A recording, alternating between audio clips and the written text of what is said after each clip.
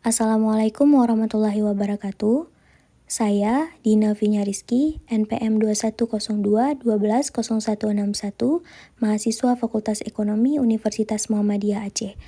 Kali ini saya akan membahas materi bab 2 mengenai pengambilan keputusan dalam berbagai kondisi. Di sini ada table of contents. Yang pertama yang akan kita bahas ada definisi dari kondisi. Yang kedua, pengambilan keputusan dalam kondisi pasti. Yang ketiga, ada pengambilan keputusan dalam kondisi yang tidak pasti. Dan yang terakhir, ada pengambilan keputusan dalam kondisi konflik. Latar belakang, kita tahu bahwasanya para manajer itu pasti selalu memperhatikan perkembangan kondisi yang terjadi di sekeliling lingkungan bisnisnya, baik itu kondisi internal maupun kondisi eksternal.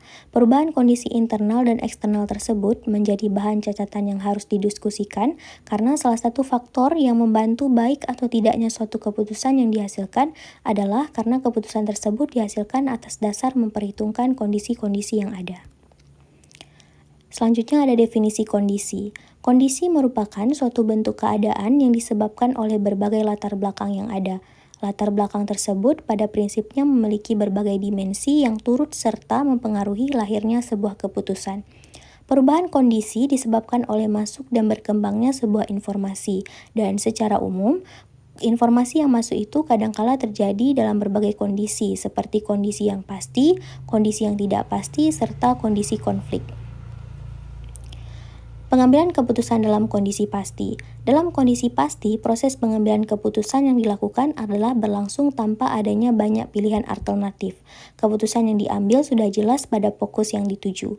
Ada beberapa teknik yang bisa dipergunakan sebagai penyelesaian pengambilan keputusan yang pasti ini, yaitu yang pertama ada menggunakan linear programming, yaitu merupakan alat analisis atau teknik sistematis yang digunakan untuk membantu manajer dalam mengambil keputusan dalam kondisi deterministik atau mendasar pada asumsi kepastian. Ciri dari teknik ini adalah memaksimalkan efektivitas promosi dan lain sebagainya yang bersifat perolehan manfaat, serta meminimalisasi biaya atau hal-hal yang bersifat pengorbanan. Yang kedua, metode yang bisa dipakai ada analisis jaringan kerja dengan menggunakan metode Critical Path Method atau CPM dan Project Evaluation and Review Technique atau PERT.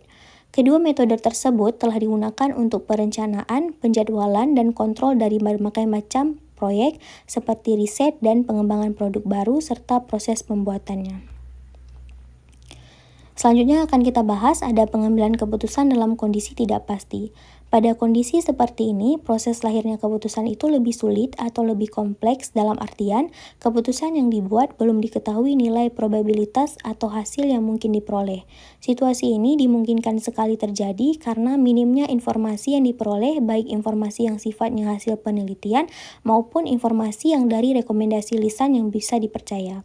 Dan oleh karena itu, membangun perangkat suatu sistem informasi manajemen yang kredibel merupakan suatu keharusan pada saat ini. Jika tidak, suatu organisasi akan tertinggal terutama jika ia berkompetisi secara aktif di pasar bebas. Penggunaan teknologi modern dengan segala perolehan informasi yang akan diterima sangat mendukung bagi peningkatan kinerja pihak manajemen perusahaan, di mana informasi itu terbagi menjadi dua, yaitu yang pertama ada informasi internal. Informasi internal ini adalah informasi yang berasal dari dalam lingkungan organisasi yang diterima, yang selanjutnya diolah menjadi informasi yang mendukung pembentukan dalam proses pengambilan keputusan organisasi. Yang kedua ada informasi eksternal, yaitu informasi yang berasal dari lingkungan luar organisasi yang selama ini mereka merupakan pihak-pihak yang memiliki kepentingan. Yang selanjutnya, informasi eksternal ini diolah menjadi informasi pendukung dalam proses pengambilan keputusan. Dan untuk menghindari timbulnya masalah dalam situasi yang tidak pasti, sebaiknya para manajer melakukan riset terlebih dahulu dalam mencari informasi sebanyak mungkin dan mempergunakan beberapa metode pengambilan keputusan yang paling sesuai dengan setiap kondisi masalah yang mungkin akan timbul.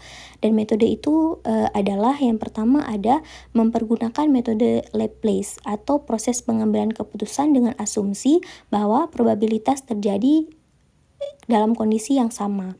Yang kedua ada metode Maximex, yaitu proses pengambilan keputusan dengan mengutamakan hasil yang optimistik dan mengabaikan sisi lain yang mungkin akan terjadi. Yang ketiga ada metode Maximin, yaitu proses pengambilan keputusan dengan memilih alternatif yang minimalnya yang paling besar.